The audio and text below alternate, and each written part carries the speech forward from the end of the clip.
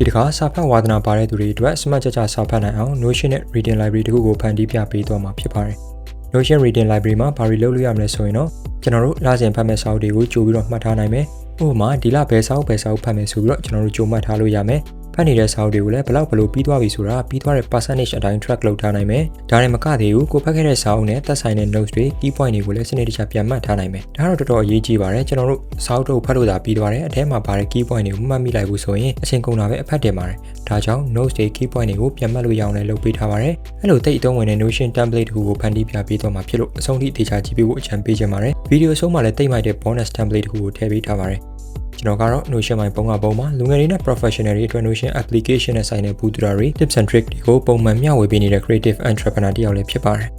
ထမဆုံးအနေနဲ့ကျွန်တော်တို့ page အသစ်တစ်ခုကိုအရင်ယူထားလိုက်မယ်။ပြီးပြီဆိုရင်တော့ကျွန်တော်တို့အခုဖန်တီးမယ့်အရာက reading library ဖြစ်တယ်ဆိုတော့ကျွန်တော်တို့ reading library လို့နာမည်ပေးထားလိုက်မယ်။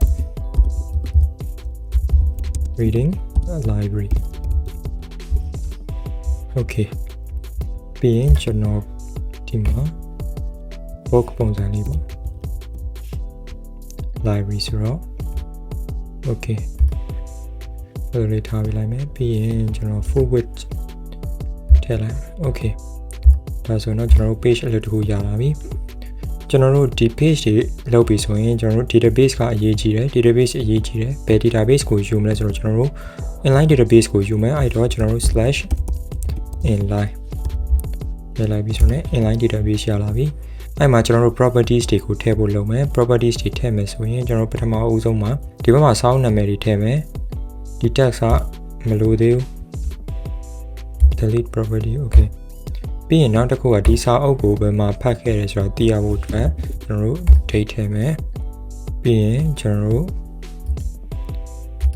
ဘယ်လောက်ပြီးသွားပြီဆိုတော့ percentage နဲ့ပြဖို့အတွက် number properties တခုယူမယ်နောက်ဆုံးအနေနဲ့ကျွန်တော်တို့ဘယ်ချိန်ရောက်သွားပြီဆိုတော့သိဖို့အတွက် status ယူမယ်။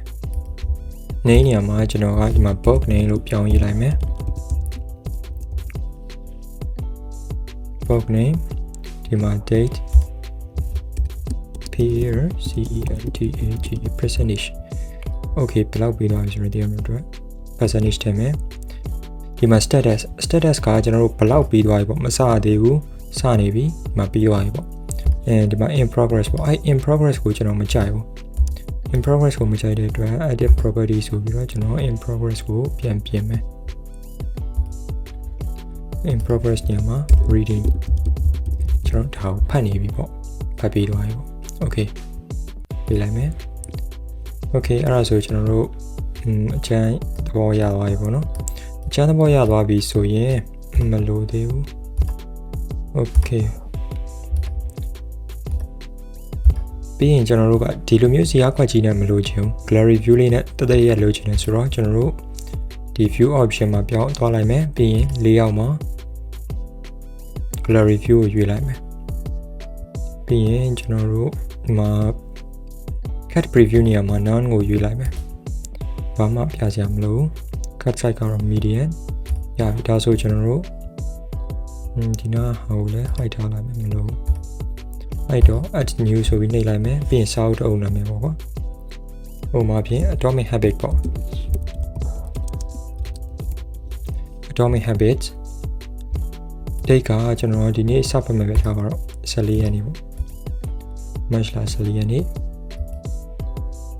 ကျွန်တော်ဖတ်ပြီးခဲ့တယ်ပေါ့နော်ဟိုမှာဖြင့်ဒါရဲ့ကျွန်တော်က 18% ကိုဖတ်ပြီးသွားတယ်ဒါမဲ့ဒီမှာကျွန်တော်တို့ percent ကမတွေ့ရအောင်အဲ့တော့ကျွန်တော်တို့ဘာလုပ်လဲဆိုတော့ဒါကို edit property ဆိုပြီးလုပ်မယ်ကျွန်တော်ကဒီလိုသွားမယ်ဒီဘားလေးနဲ့ပြချင်တယ်ဒီမှာ number format နေရာမှာ number မဟုတ်ဘဲနဲ့ percent ကိုရွေးလိုက်မယ်1800ဖြစ်သွားပြီ28ပဲနော်ကျွန်တော်က 18% နဲ့ပြီးသွားတာဒီနေ့အဲ့ဒါဆိုတော့ဒီဆောက်ကကျွန်တော်တို့စဖတ်နေပြီဖြစ်တဲ့အတွက်ကြောင့် reading ဆိုတဲ့ဟာလေးကိုရွေးထားလိုက်မယ်ဒါမဲ့ဒီမှာ atomic habit လို့ပဲပေါ်တယ်အကုန်မပေါ်ဘူးအကုန်ပေါ်ခြင်းတဲ့အတွက်ကျွန်တော်တို့ခုန view option ကိုပြန်သွားလိုက်မယ်ပြီးရင် properties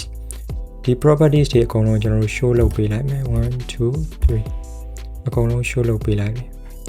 ဒါဆိုတော့ကျွန်တော်တို့ဖတ်တဲ့စာအုပ်နဲ့ quality ပေါ်လာပြီဖြစ်ပါတယ်အဲ့ဒါဆိုကျွန်တော်နောက်စာအုပ်ထုတ်ထပ်လုပ်ပြမယ် okay ပါလဲဆိုတော့ the art of thinking clearly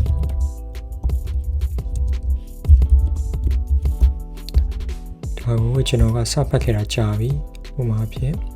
9ရက်နေ့ကစဖတ်ခဲ့တယ်ပေါ့ပြီးသွားတာက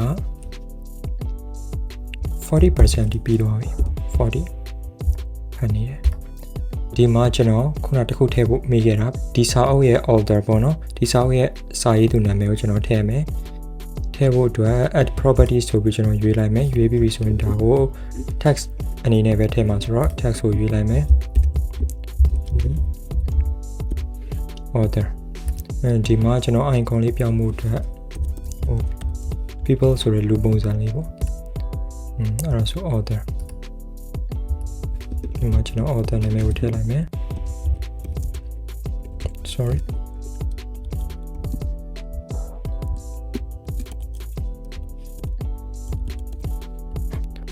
okay ဒါဆိုရင်ရပြီ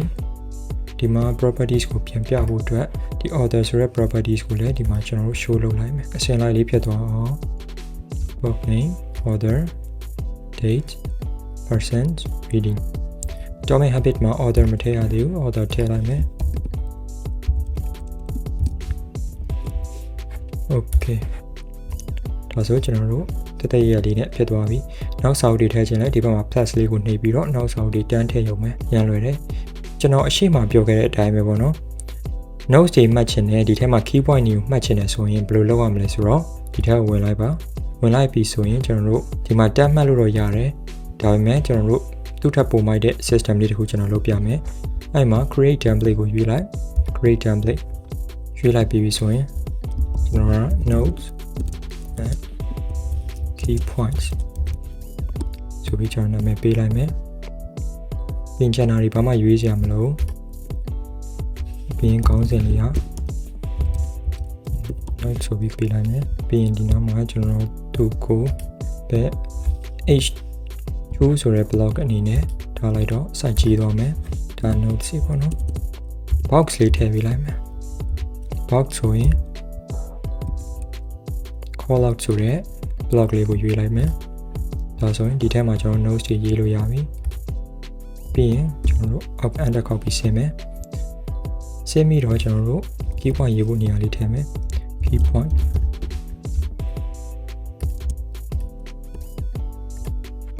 ဒါလည်း h2 ပြီးရင်ကျွန်တော် call out ခေါ်ထည့်လိုက်မယ်ဒီထဲမှာကျွန်တော်တို့ bullet point လေးနဲ့ရေးမှာဆိုတော့ bullet point လေးထည့်ပေးမယ် bullet list ပေါ့အဲ့လိုမျိုးခေါ်ထည့်လိုက်မယ်ဒီထဲမှာကျွန်တော်တို့စိတ်ချရေးလို့ရပြီဒါကောင်းစင်လေး underline လုပ်ပေးလိုက်မယ် control u နဲ့ underline လုပ်ပေးလိုက် okay ဒါဆိုကျွန်တော်တို့ template လေးချန်ရလာပြီအဲ့ဒါဆိုရင် back ကိုနေလိုက် okay ကျွန်တော်တို့အစနေပြန်သွားကြည့်အောင်ဒီမှာ domain habit ကျွန်တော်နှိပ်လိုက်မယ်ကျွန်တော်ဘယ်လောက်ဖတ်ပြီးပြီသိပြီဒီမှာ author တွေပါတယ်လည်းထည့်ပြီးသွားပြီ date တွေလည်းထည့်ပြီးသွားပြီကျွန်တော်တို့ status တွေလည်းထည့်ပြီးသွားပြီဒီမှာကျွန်တော်တို့ notes တွေ key point တွေမှတ်ချင်တယ်ဆိုရင် notes and key points ဆိုတဲ့ template လေးကိုတန်းနှိပ်လိုက် okay သူကသူချလာလိမ့်မယ်ဒီလို box လေး okay နောက်စာအုပ်တော့ notes and key points ဆိုပြီးတန်းနှိပ်လိုက်သူကသူ notes and key points ဆိုတဲ့ template လေးတန်းကြလာလိမ့်မယ်ကျွန်တော်တို့ခဏခဏပြန်ရေးစရာမလိုဘဲနဲ့ click လေးတစ်ချက်နှိပ်လိုက်ရုံနဲ့တန်းရသွားအောင်အချိန်မှာကျွန်တော်တို့ template လေးလုပ်ခဲ့တာဖြစ်ပါတယ်ဒါဆိုရင်တော့ကျွန်တော်တို့ reading library လောက်တာပြီးသွားပြီဖြစ်ပါတယ် Okay အခုခါမှာကျွန်တော်ဖန်တီးပြခဲ့တဲ့ reading library template လေးကိုကိုယ်တိုင်လိုက်လုပ်ကြည့်ပြီးအဆင်ပြေပြေအသုံးပြုနိုင်လိမ့်မယ်လို့ယုံကြည်ပါတယ်ကိုယ်တိုင်လိုက်လုပ်ကြည့်ဖို့အဆင်မပြေတဲ့သူတွေအတွက်လည်း bonus အနေနဲ့ Notion reading library template လေးကို Facebook Messenger ကနေ free လာတောင်းယူနိုင်ပါတယ်ခင်ဗျာနောက်ပိုင်းတွေမှာလည်း Notion အသုံးပြုပုံတွေအပြင်အခြား productivity ဖြစ်စေမယ့်အကြောင်းအရာတွေကိုပါတင်ပြသွားမှာဖြစ်လို့ like and subscribe လုပ်သွားပြီးပါခင်ဗျာကျွန်တော်ကတော့ Notion My Bhone ကဘုံဖြစ်ပါတယ်